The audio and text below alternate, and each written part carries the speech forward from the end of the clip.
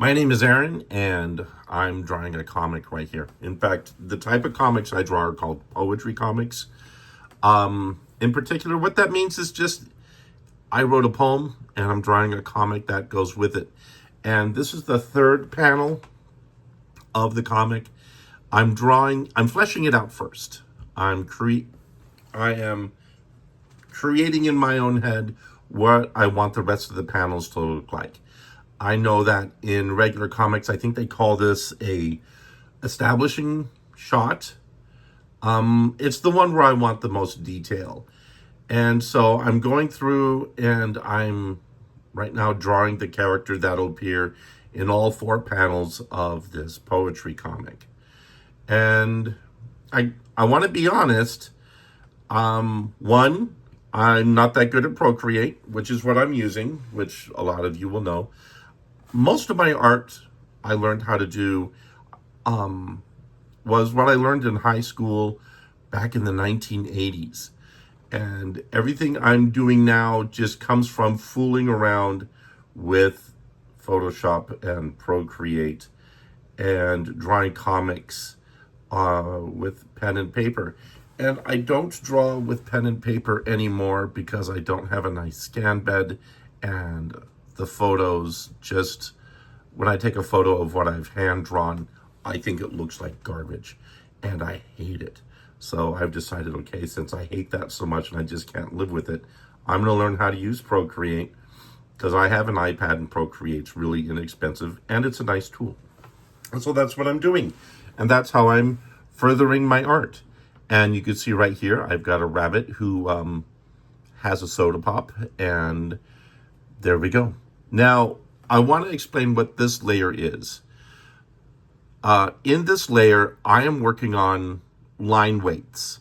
I know there's a way to do line weights with different brushes. I don't care. I'm not bothered to learn how to use it yet. I'll learn it later.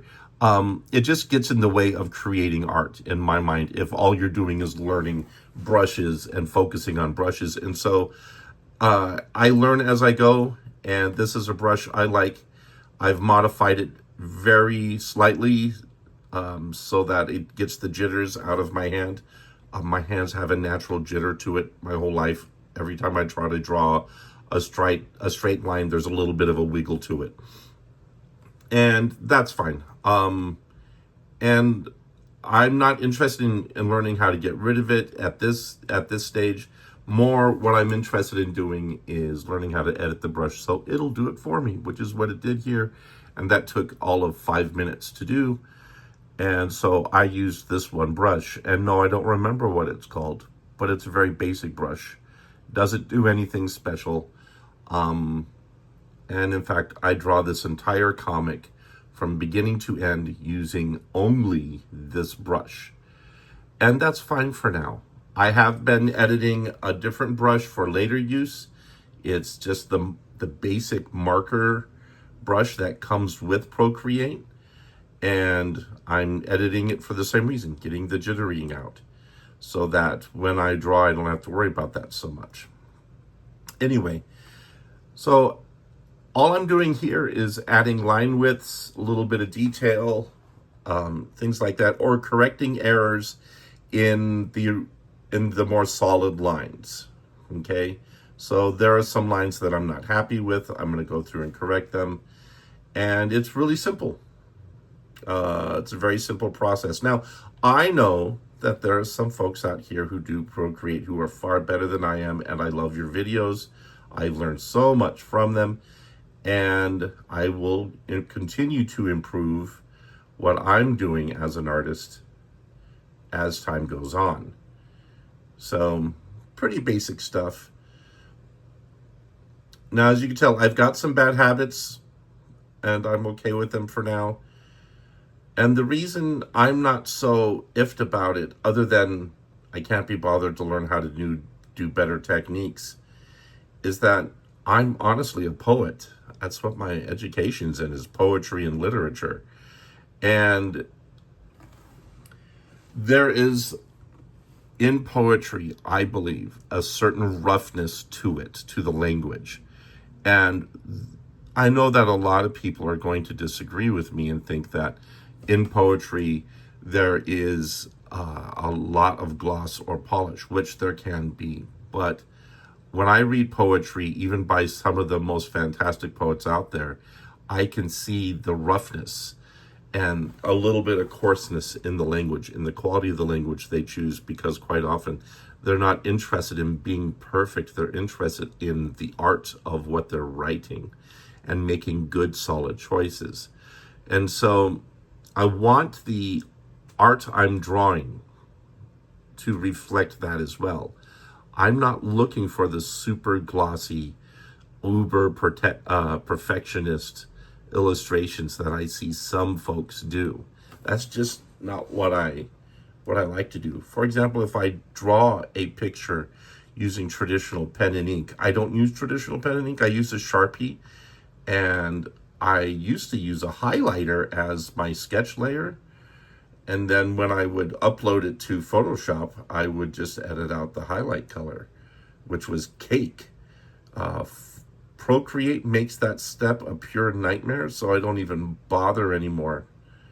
And like I said, I can do this fast. There's another reason, too, why I like using Procreate on my tablet now than traditional pen and ink, is I spend a lot of time taking care of my grandchildren.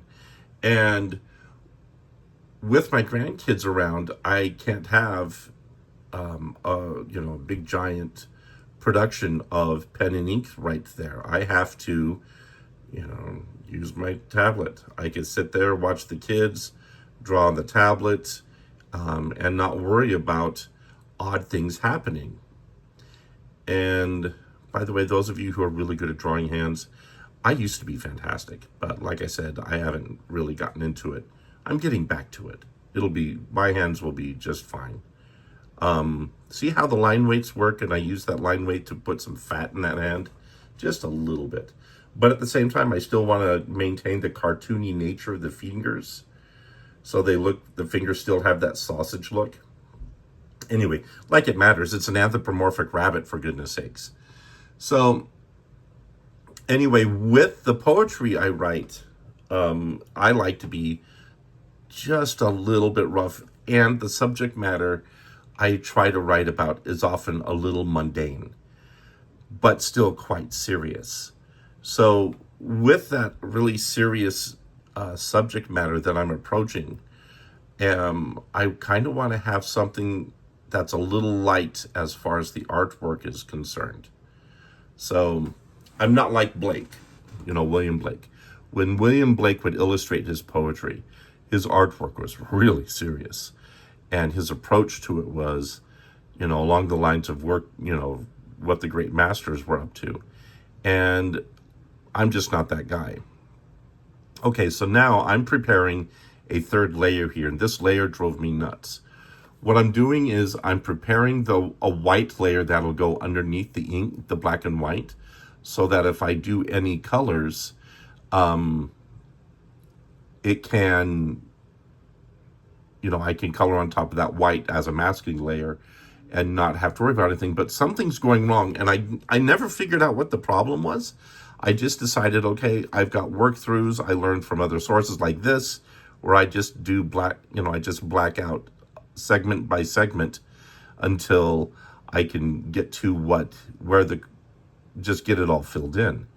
And like I said, I never worked out what the problem was. So I just started like right here, just doubling down on the black line until I got it all filled in. And eventually, whatever was causing the grief went away. It's really obnoxious. So eventually I do work out the problems and it goes smoothly. And then I change my mind about what I'm going to do with this whole panel. This stops being the third panel. It moves over to the second. And as you can see in this image right here, I have something else completely different going on in the third panel. And that's the nice thing about working digitally, is I can make these kinds of choices on the fly and very quickly. And why going back to pen and ink and analog drawing is probably not something I'm going to do. Anyway, thank you so much for watching. I really appreciate it. I'll be posting more videos like this. Keep drawing, write poetry, be creative, and have a nice day.